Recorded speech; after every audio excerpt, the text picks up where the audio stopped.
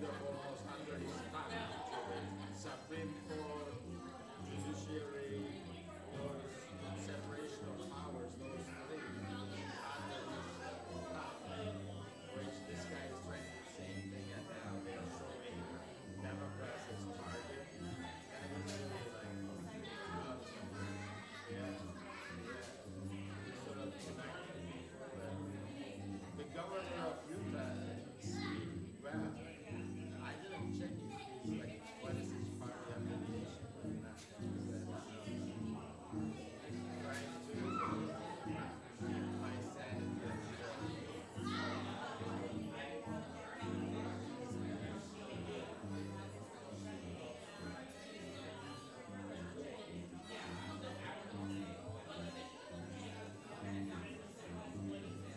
Like Turkey has like, you know, if he does to Turkey like NATO, what does NATO gonna do?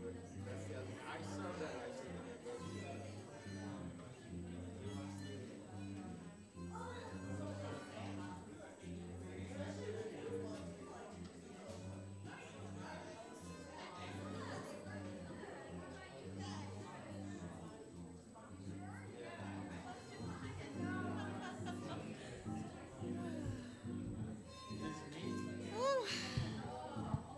Good morning.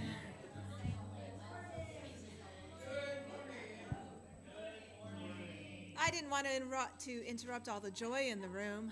It feels good to hear you all speaking and laughing and to see the children playing together. It's been a week. So we are going to join together. We can rise in body or spirit, and we're going to sing one of our new hymns entitled Part of the Whole. All right, they'll lead it over there. Join in singing together, my voice of one part.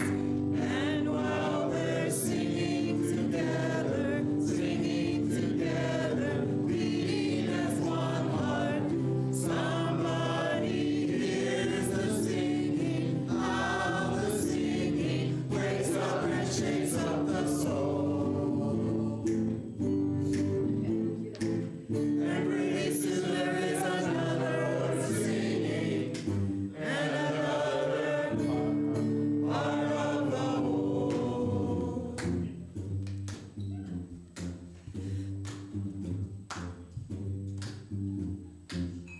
We join in working together,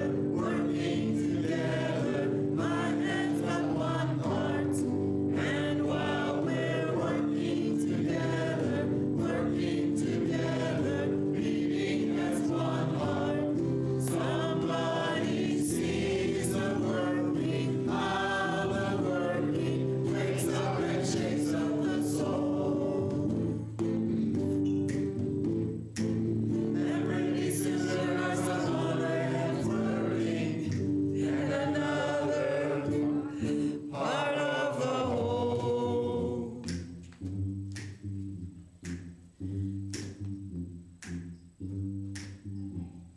We join in growing together, my dream of one part. And while we're growing together, beating as one heart, somebody feels the growing, how the growing wakes up and shakes up the soul.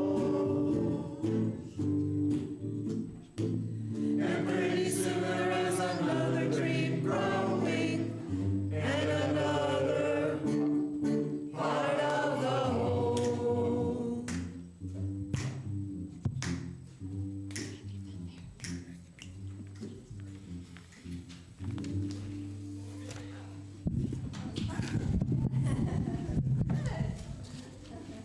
Good morning.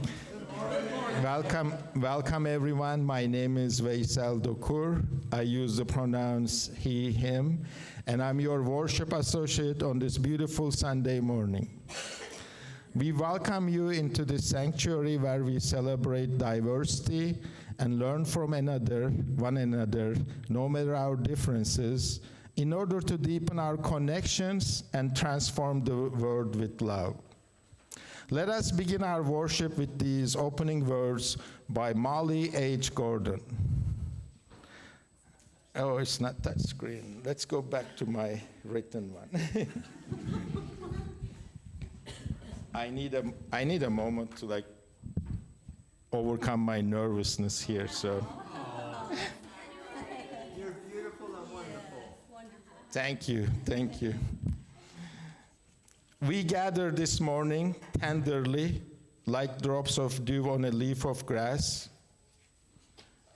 hopefully like gathered raindrops in a cloud, gleefully like water rushing in a stream to the sea, deeply like groundwater pulled up from a well.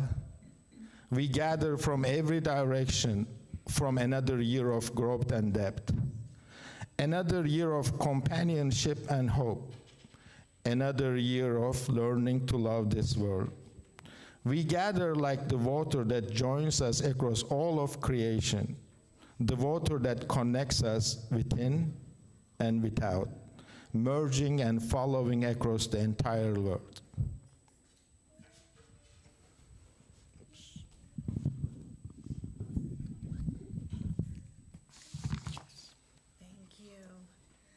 You know, I get nervous up here every single week, Vaisal. I've been doing this for years. It's okay. So I'm Heather Norby. I am the spiritual life director for this fantastic congregation, and I use the pronouns she and her.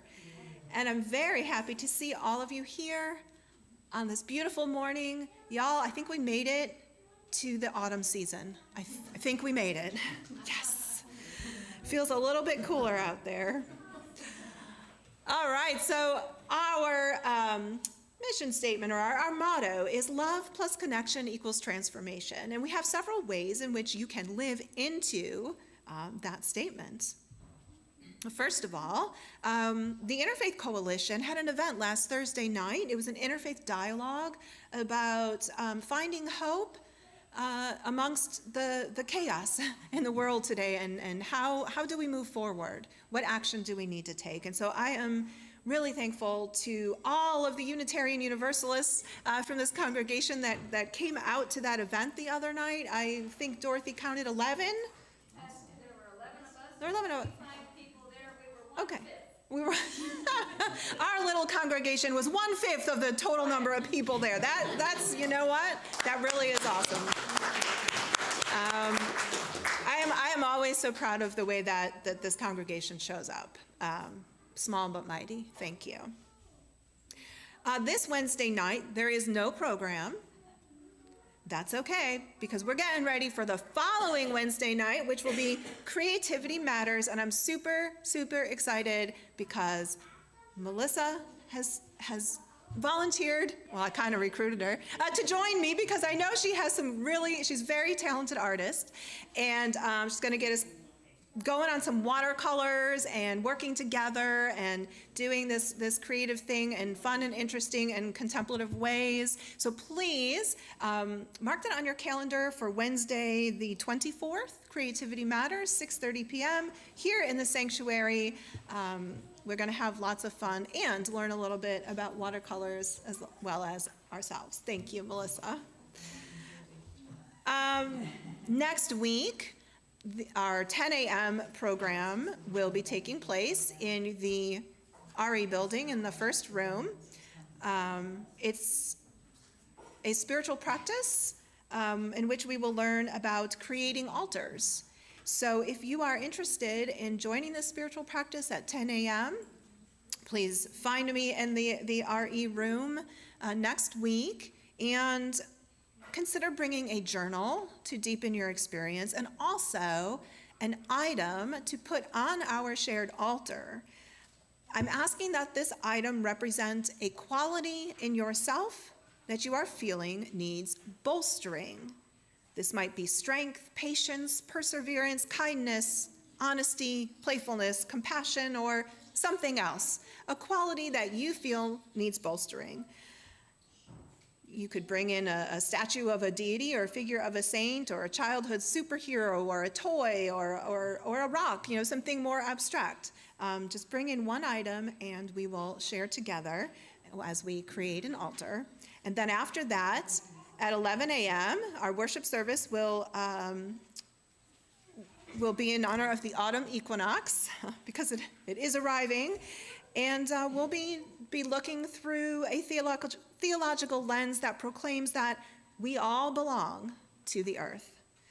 And so I welcome you to come join us for that.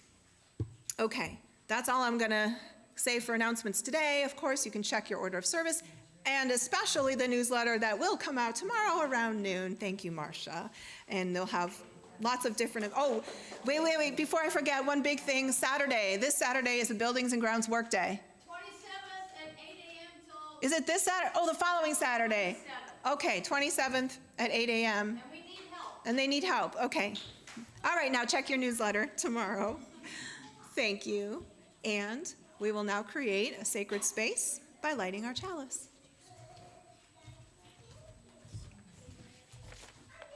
Thank you, Heather, for keeping us informed for upcoming events. And the flaming chalice is the symbol of this Unitarian Universalist faith. We light it each Sunday, as do UU churches around the world, to create a sacred place, to connect us with one another, and to remember who we are as a people of faith. Linda, would you please do us the honor of lighting our chalice?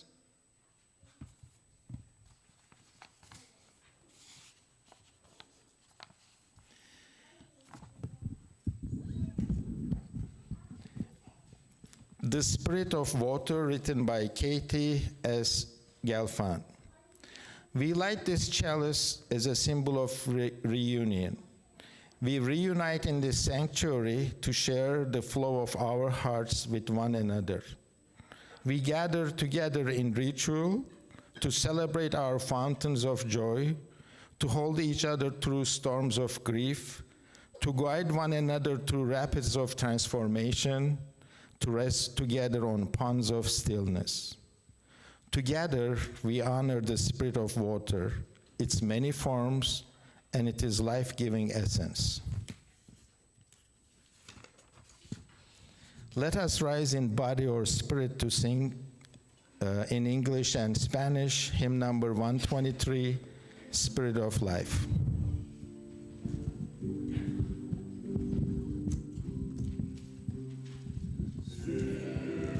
Spirit of life, come unto me, sing in my heart all the stirrings of compassion, blow in the wind,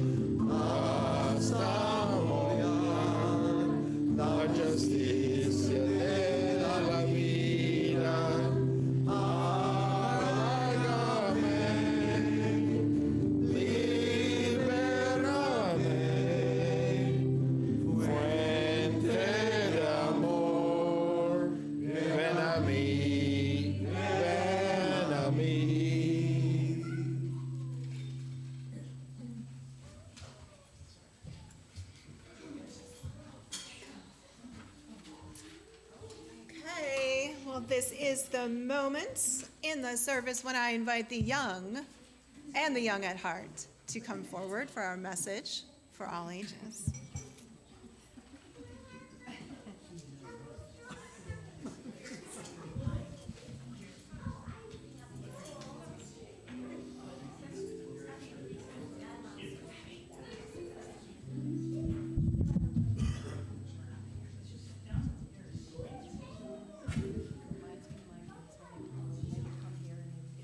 Good morning.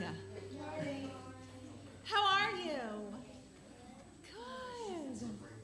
Oh, look at those lovely faces. So exciting. I guess, let's see here.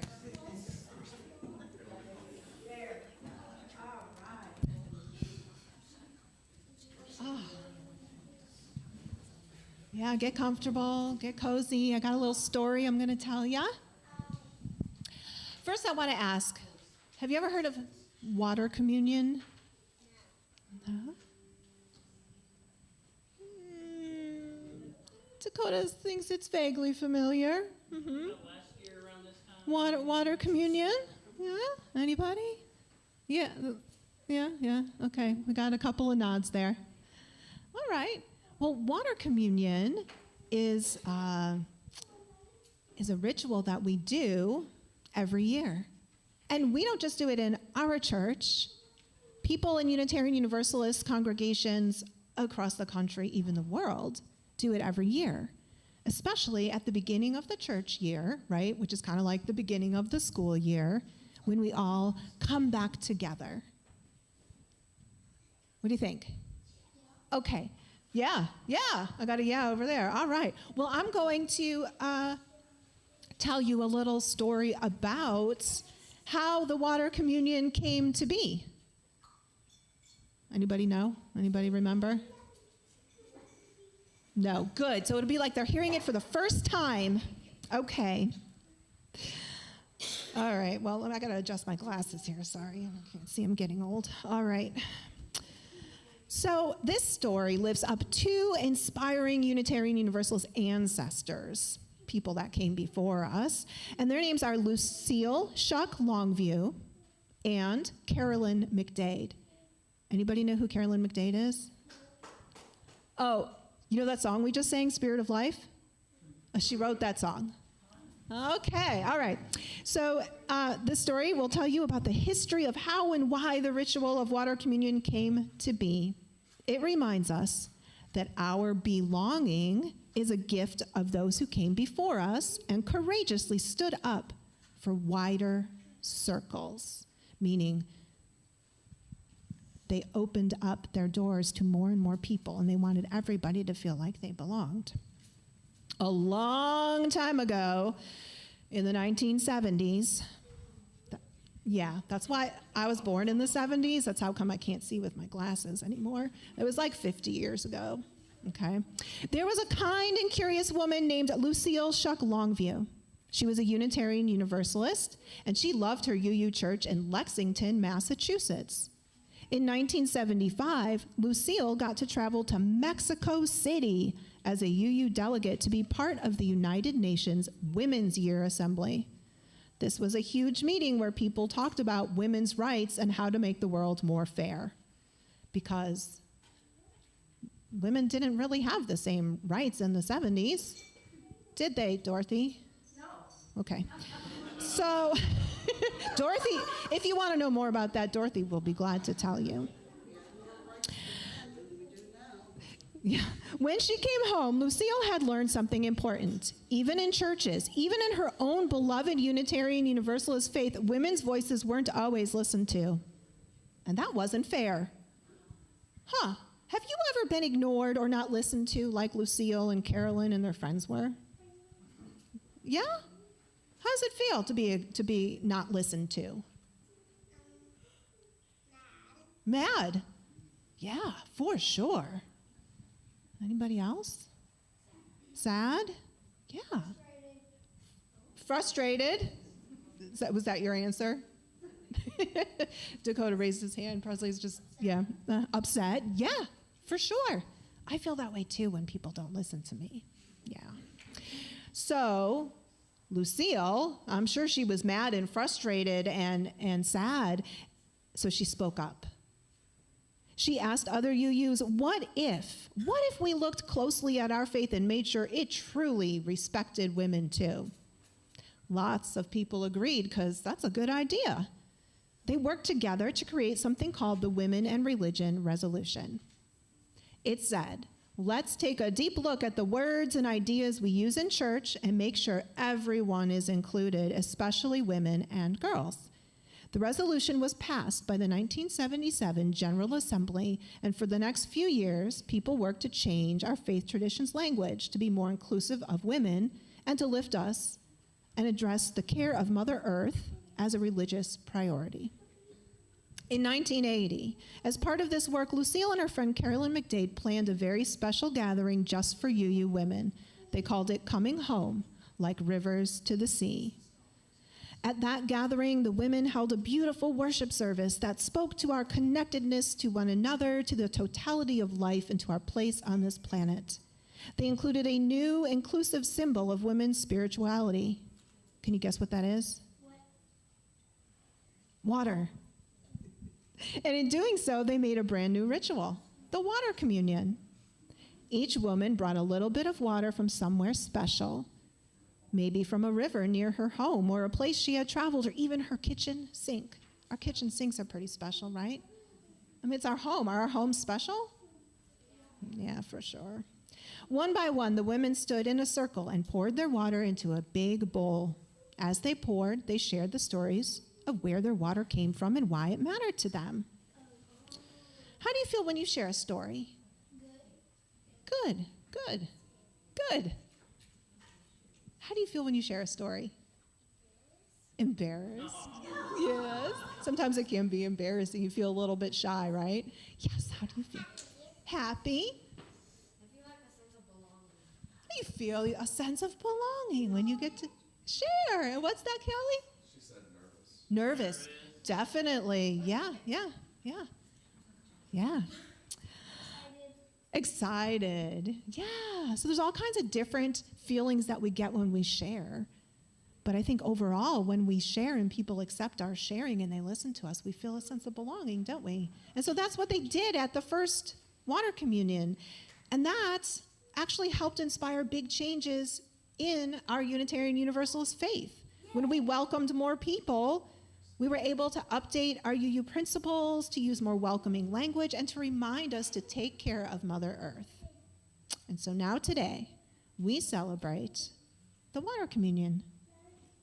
Now, did anybody bring water with them? No. You brought your water bottle? Okay.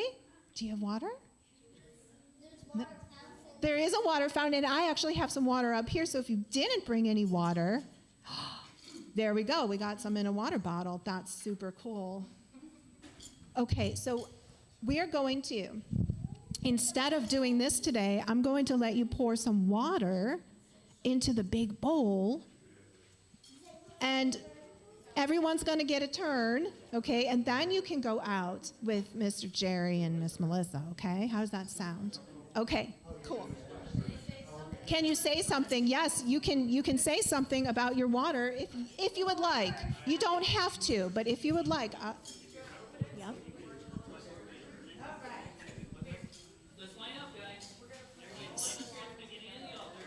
Okay, there we go. Jerry, will you help?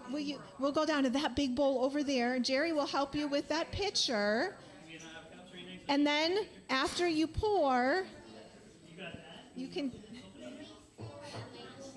Well, that is so cool. Yeah, I would say just put a little bit in so we don't. And then come to me real quick. There, a little bit. Ooh. There we go. Yay. And then go see Miss Heather. All right, do you want to say anything about your water? Where it came from or anything? No? All right. That's okay. Do you want to say something, Anais? Do you want to tell people about your water? There you go. Awesome. No? Okay. Heather right there. Okay. Do you want to say anything about your water? No? Okay. You can drop a stone in there. Sure. It's okay.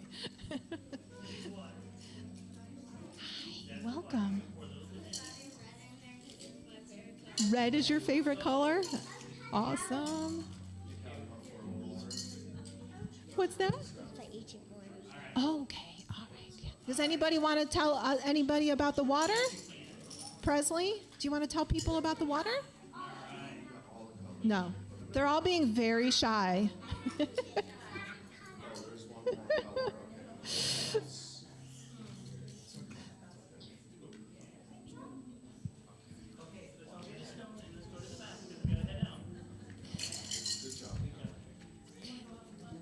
You know, at our interfaith discussion the other night, we talked about chaos. And it was often framed as being sort of a bad thing. But I call this good chaos. Happy, joyful chaos.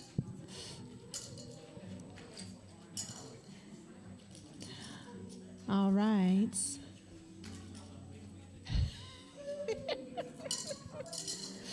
Thank you, thank you. All right, you all. Thank you so much. Have a great time. All right.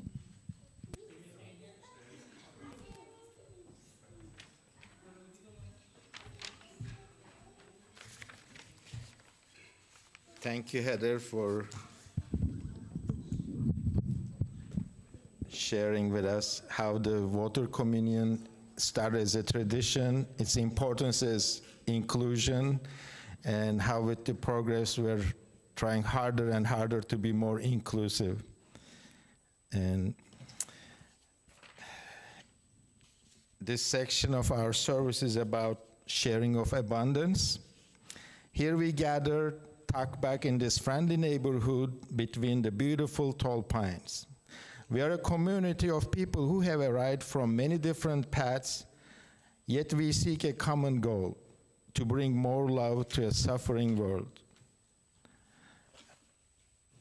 Suffering, hurting, but beautiful world. We do this by building our UUCL community with our time, talents, and treasures. Our shared UU value of generosity calls us to covenant with one another that we freely and compassionately share our faith, presence, and resources so that the dream of beloved community becomes a reality. Please help us grow into our dreams as our ushers pass the plate for our collection.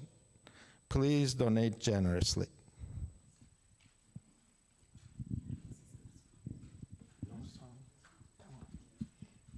Let's have some secret doodling.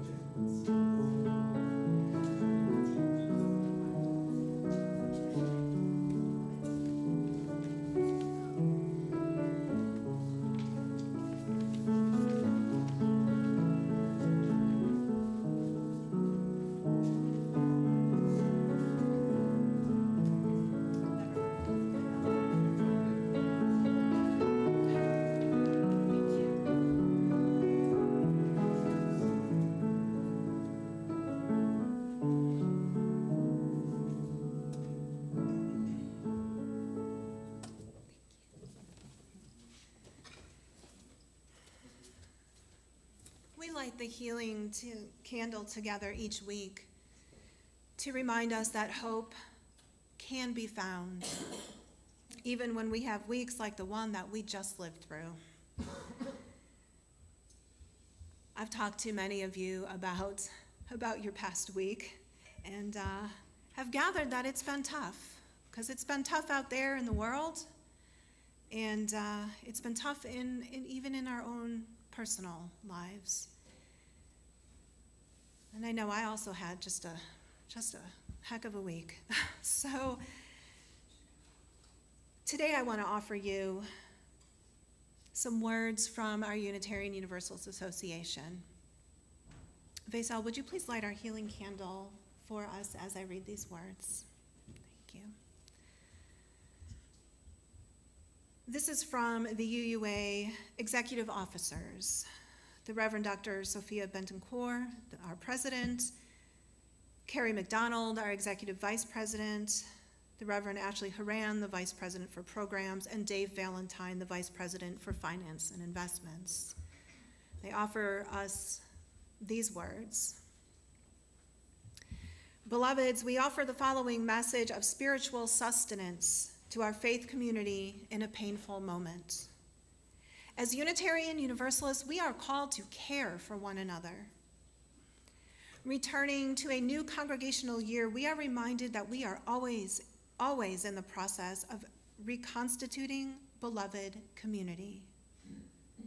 When political violence becomes tragically normalized, those who work for justice must contend with very real and escalating risks. Each of us has a role to play in protecting our democracy, in our congregations, in our neighborhoods, and in our shared movements for justice. We navigate this time together, recognizing that we are truly bound together in a web of mutuality. Our individual actions, those made in love and those made in fear, anger, or despair, have consequences for us all. This is a time for loving and rigorous discipline in our words and actions. A time for strategic courage and courageous strategy.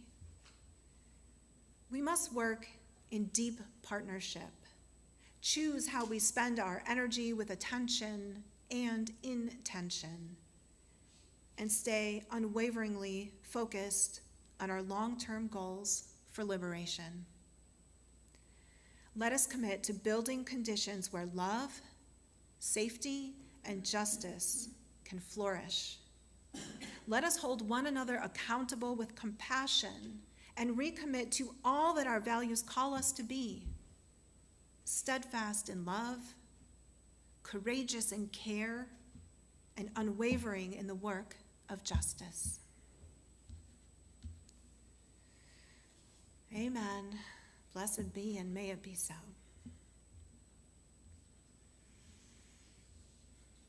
And so we enter now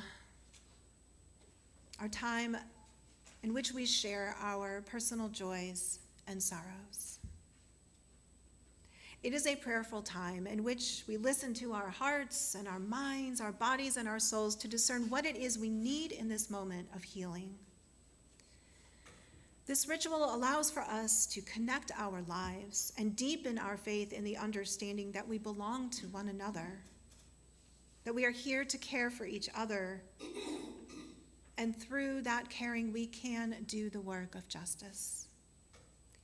In our Joys and Sorrows book, you are able to write any significant joy or sorrow occurring in your life that you would like for the congregation to know.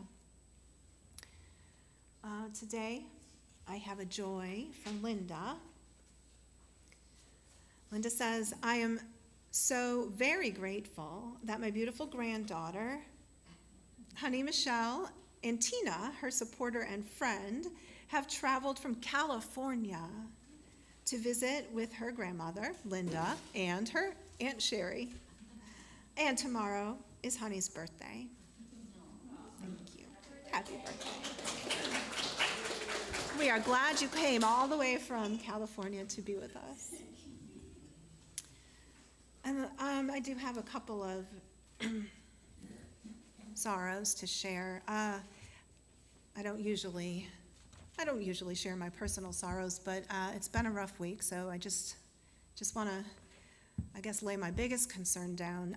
My sister lives in Doha, Qatar, which you may have heard, maybe below all of the other noise that was going on this week, was bombed by Israel.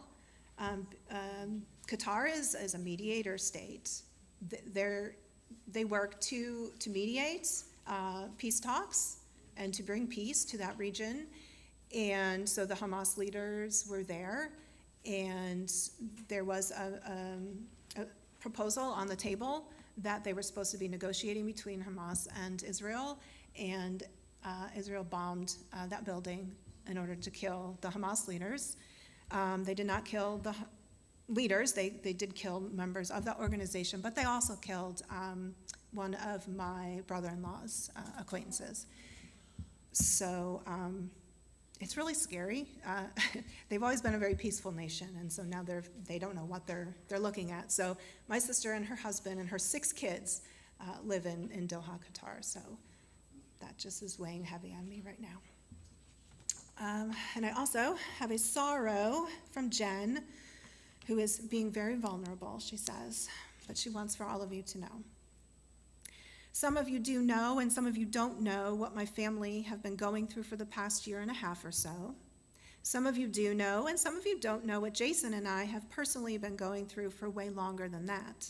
Having said this, I wanted to communicate this in this way so that I can minimize the repeating of myself.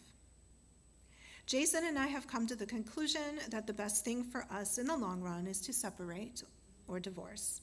While we are both in agreement on some things, we have been friends or married for almost 18 years.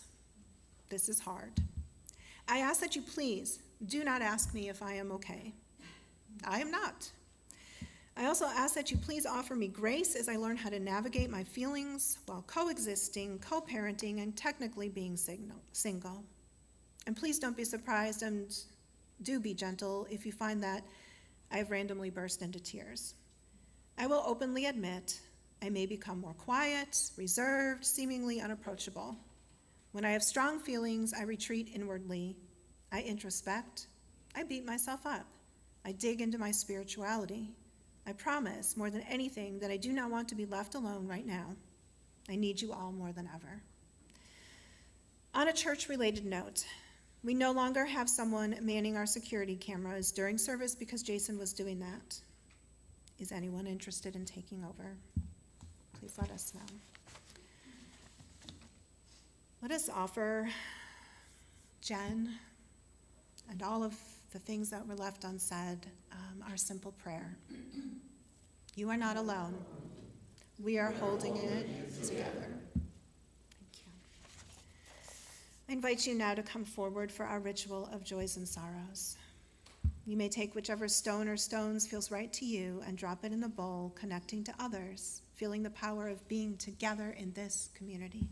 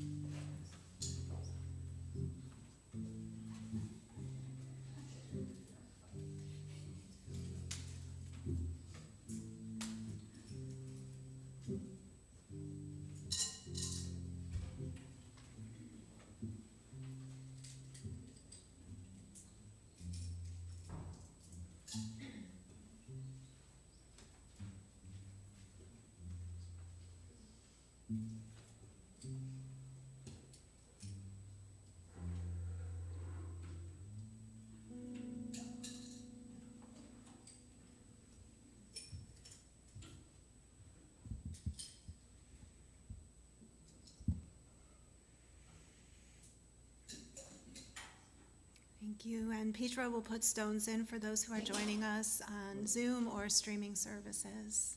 Good morning, and thank you for joining us.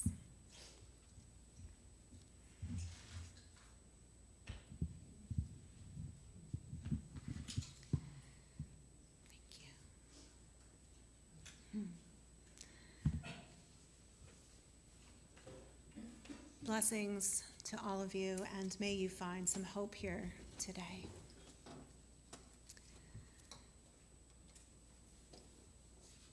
So, I spent an unfortunate amount of time at the car dealership this past week.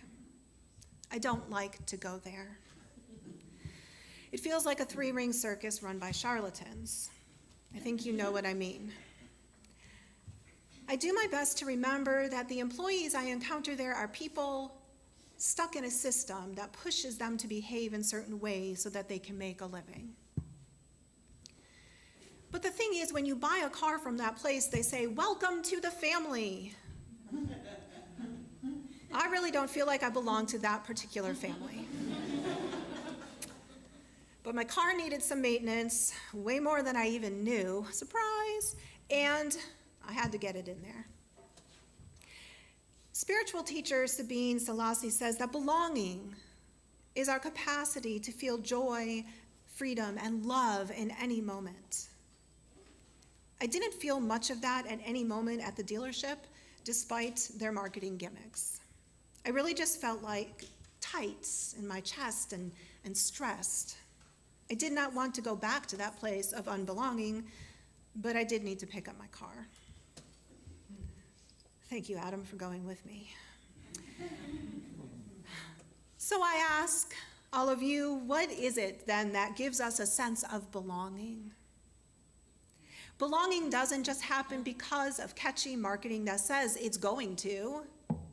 If you want people to feel like they are a part of the family, then you have to lay a foundation of trust by treating them with respect. You have to take the time to build a relationship.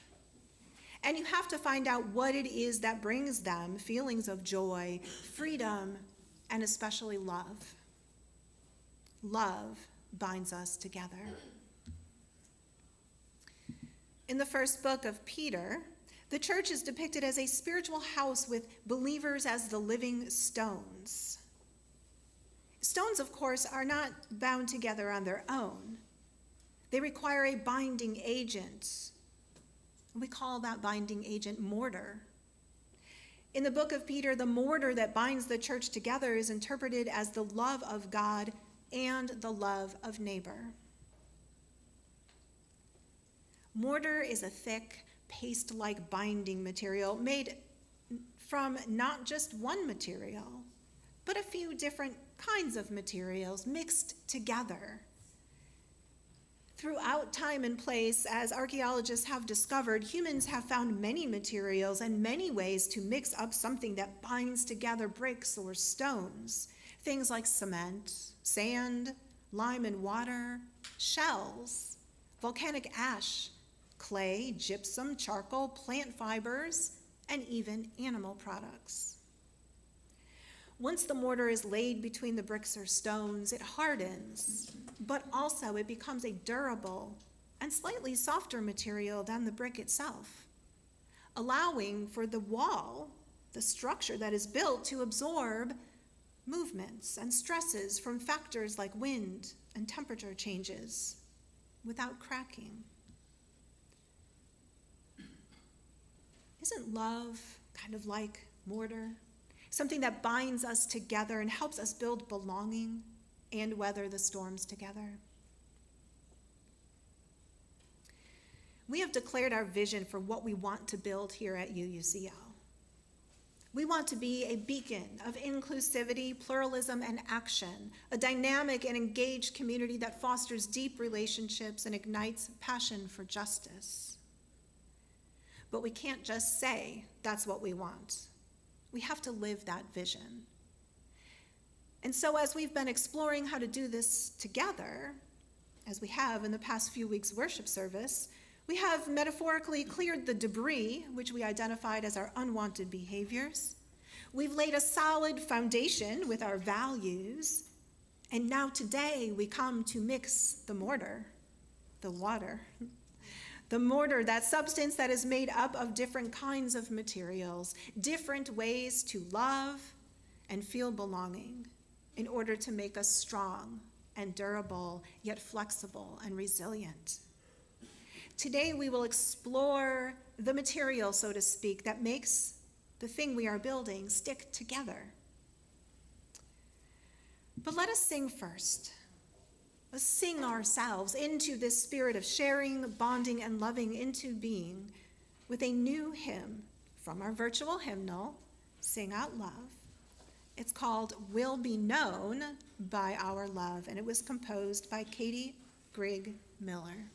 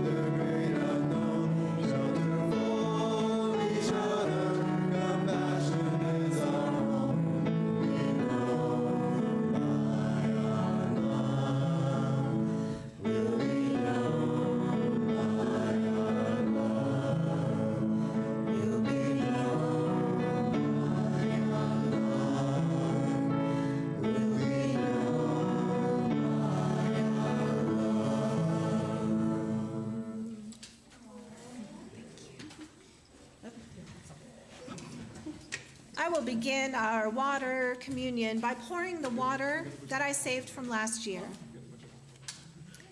And last year's water, of course, contains the water from the year before that, and the water from the year before that, and so on.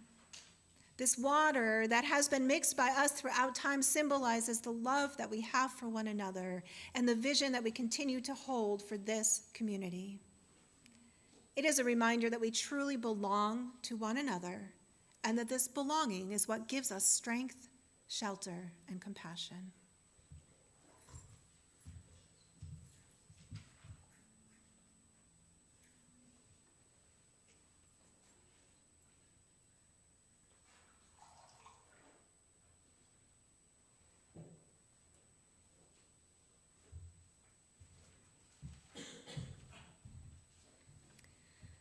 And so now it is your turn. You are welcome to come up one at a time, to pour your water, to briefly share, and I ask you keep it, let's say 30 seconds or less, so that everybody has time to share. And of course, you don't have to speak if you don't want to. You can simply pour your water and then sit down. But you can share where your water is from and why that place feels like belonging for you. What is it that gives you that feeling of belonging? And then that way we collect each other's ideas and ways of being so that we can mix the mortar of love that bonds us together. And we'll use this mic here.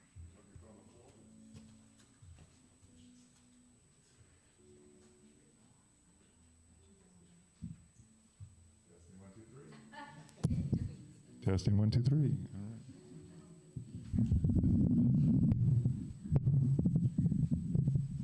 All right. And of course, course, just a reminder, if you didn't bring water, we got water right here in the pitcher. Thank you. Yes, we have water. You can use it symbolically. This water is from Helen, Georgia. I went there this summer with my boys. They are now old enough to like plan and design trips themselves, and so I just basically did the driving. They're like, let's do here, let's do here, let's do that. It was a great time. Also got to go with one of my son's girlfriends. She's fun to hang out with.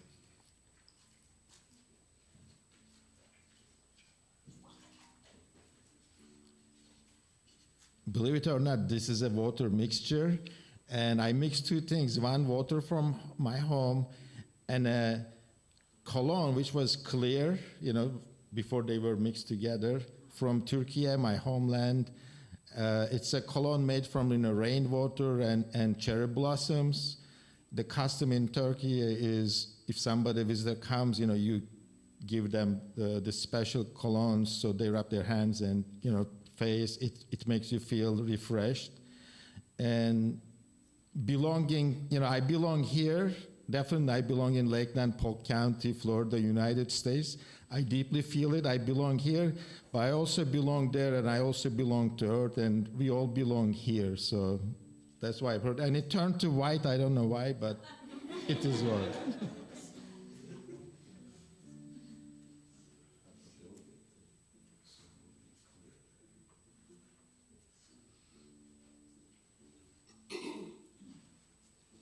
I didn't think about it until today. I'm short. I should have brought water from the hospital because I was in the hospital 4 times in the past year. I had AFib, and I went in and had the ablation done where they put scars on your heart to keep it from going out of control. And it's much better, but it's tiring. So I'm going to put a little water from here.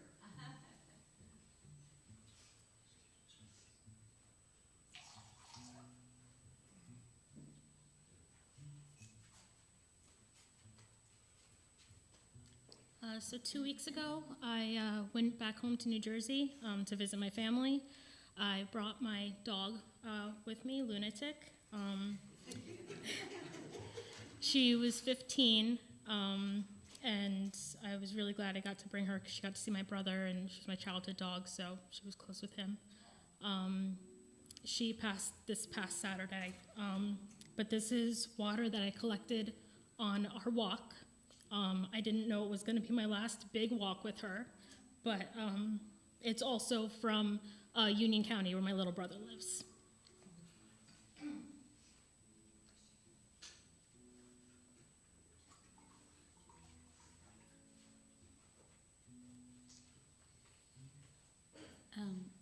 I'm going through a divorce myself, and this is water from my home with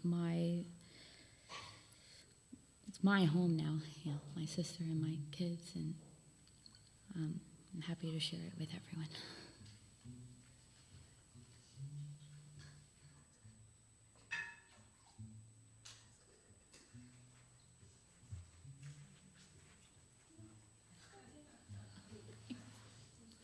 So I wanted to bring water today, and I actually had a really hard time picking the source because there's not a lot of peace in the space I'm in right now. But I chose, and I'm so glad I got them, or we got them. I chose my cat bowl's water because between my kids and the cats, they are my support system right now. So.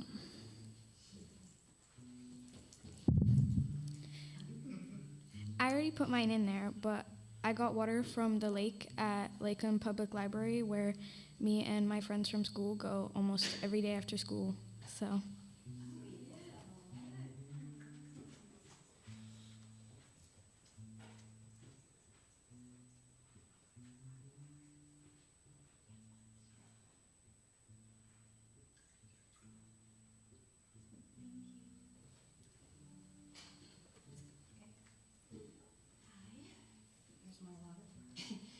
But it really is, there's a reason for this. I'm a geologist, and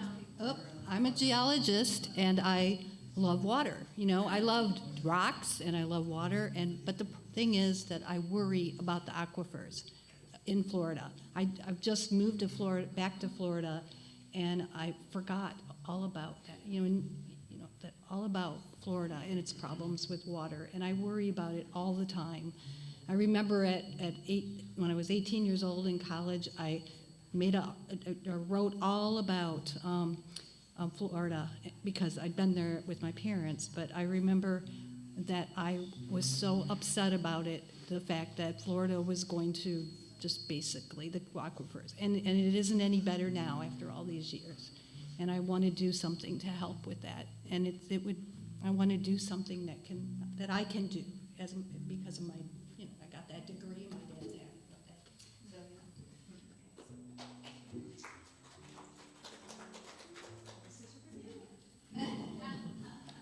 This water represents the friend that I have in choir. She was nice enough to bring water to share with me because I forgot the water, left it at home. So I'm thankful and grateful for that. Cheers to a good time. So I like to travel, and I had the chance to go to Portugal this year. And so I brought some seawater back with some sand from the beach. Yep, it was a good trip. I liked it.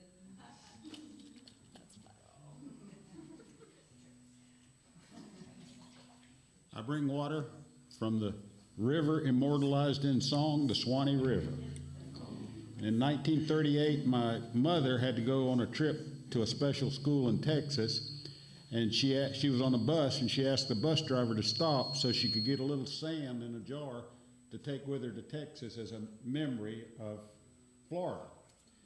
And now every time I go, I think of my dear mother, now departed, and there's a special little park when traveling near the Swanee River. Always stop and sit and meditate and contemplate, and brings me great peace.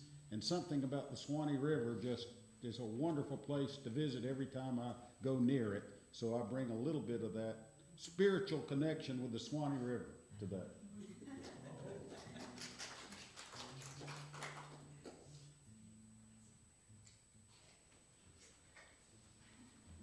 This is tap water from our home because this is where we feel like we belong. And plus, we belong to this church. I feel loved. And I bring things. I always bring things.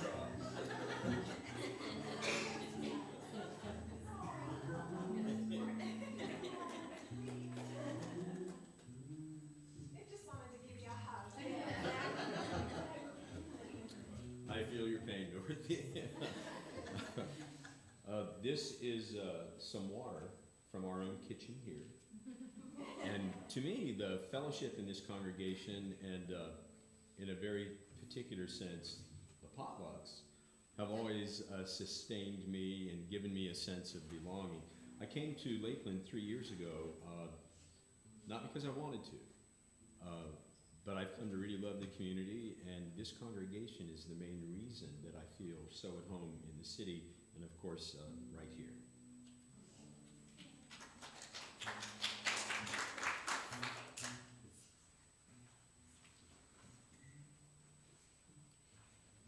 I've brought a lot of symbolic water here before, but this year I actually have water in my water bottle from my last trip. I purposely didn't empty it. So I've been going on a lot of trips to visit with friends that I met online, and of course to go to GA with Heather and Crystal, and it's been really meaningful to me to be able to do all this traveling.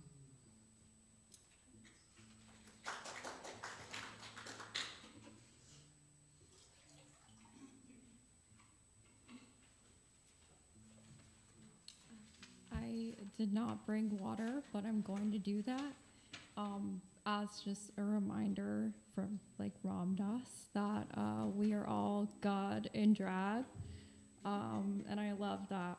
So when we look at everyone and we see everyone, just looking at God in drag. So.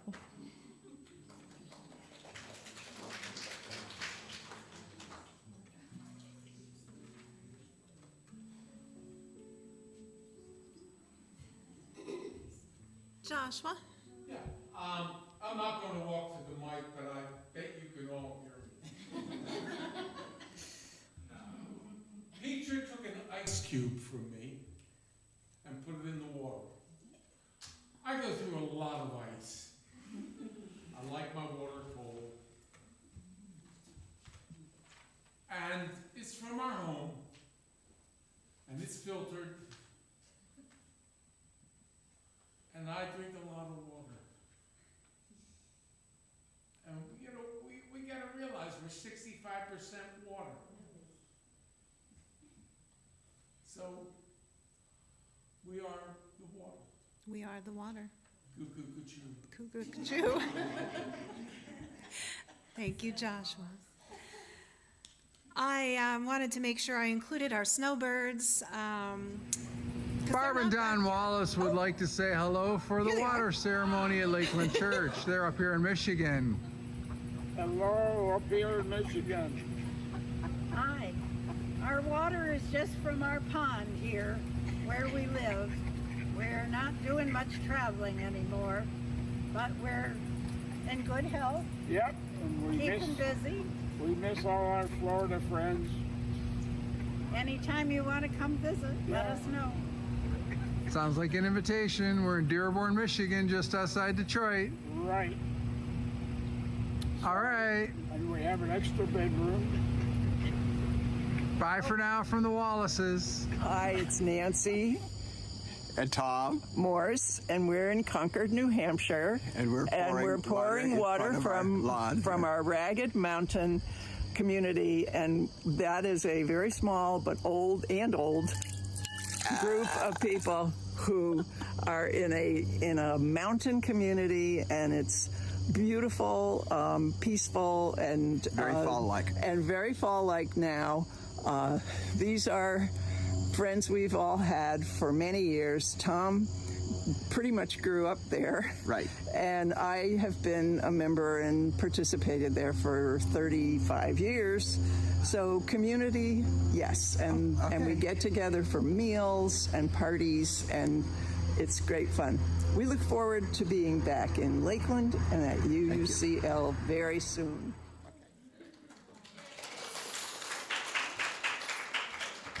So we will see Tom and Nancy soon, and Judy and Tom, and Donna and Tom. Will also be coming back, and Janet Hatmaker as well. Barbara and Don are not traveling anymore, and they've been gone for a few years now, so I know not all of you may remember them, but they were just such an important part of this community that I really wanted them to send that video. I'm so thankful they did. It's great to see them. So here we are. We've mixed our mortar. We've heard about different ways that we feel belonging. And I hope that we can use that, take that, create with that, co-create with that, to just keep building this community. You are also fantastic. It just feels so warm and loving in here already. And I'm always amazed at how we keep building that into the future. So thank you to all of you. I will let Vaisal read our closing words. Thank you again, Heather. Our closing words are written by Elizabeth Lerner McClay. So are we bound together, as drops of rain that find each other and build to become a track, a rivulet, a stream, a river, a sea. So are we drawn together. So are we fortunate to find each other. So are we bound together on this shared passage toward an unknown ocean and eternity. And for our closing hymn, number 108, My Life Flows On in an Endless Song. Please rise in body or spirit to sing together.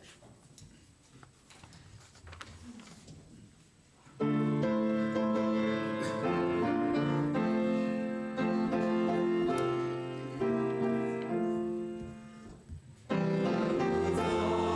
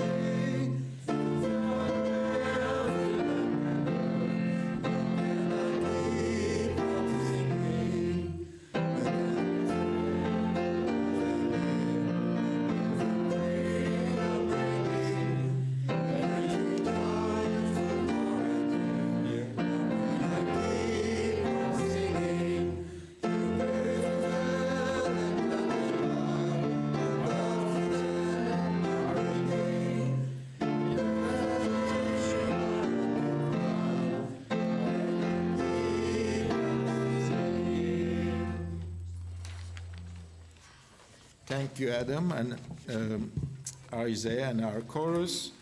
And now it's time to extinguish our chalice. Linda, would you please come forward to extinguish the chalice while we read these words. We extinguish this chalice, but not the light of truth, the warmth of love, or the fire of commitment. These we carry in our hearts and out into the world. Thank you. Go out into the world now and keep building community with all of the ways that love calls you to. And remember that you are loved, you are worthy, and you are a blessing. I will see you in the social hall for potluck. Just one other way for us to find love and build belonging. Please join us. We always forget. We forgot. I forgot that.